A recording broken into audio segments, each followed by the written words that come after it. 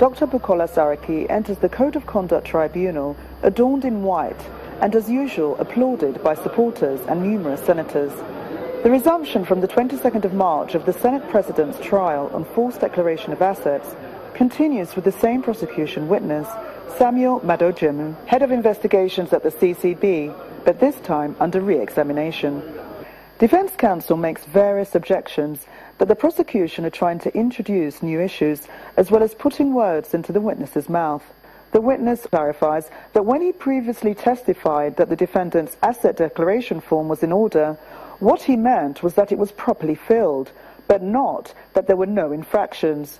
Proceedings became extremely heated between opposing counsel, culminating in defense counsel not only asking for the prosecutor to be reprimanded, but also requesting that the chairman rule on whether the witness could answer a question orally when the words of a document were clear. When the witness was asked by the defense if the declaration forms filled by the defendant were the same as other public officials, he answered in the affirmative. But when he was asked whether this also covered those who were invited who came under suspicion, the prosecution objected, sending the courtroom supporters into uproar, and they exclaimed, "Let him answer the question." On the request of the prosecution, the trial was then adjourned to the 18th of April for continuation of re-examination. Defense counsel claims the Senate President was never questioned. The Senate President was never asked to make a statement. The Senate President was never at any time given any opportunity to explain any alleged discrepancies in his forms.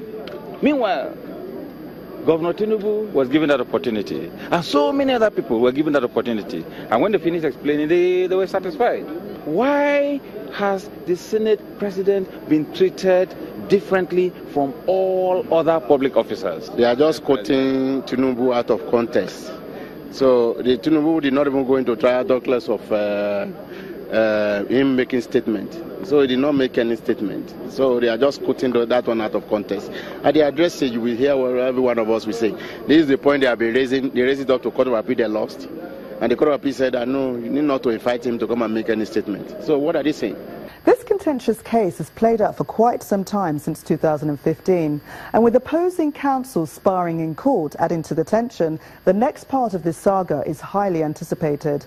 Yemisi Igbaye, Channels Television News.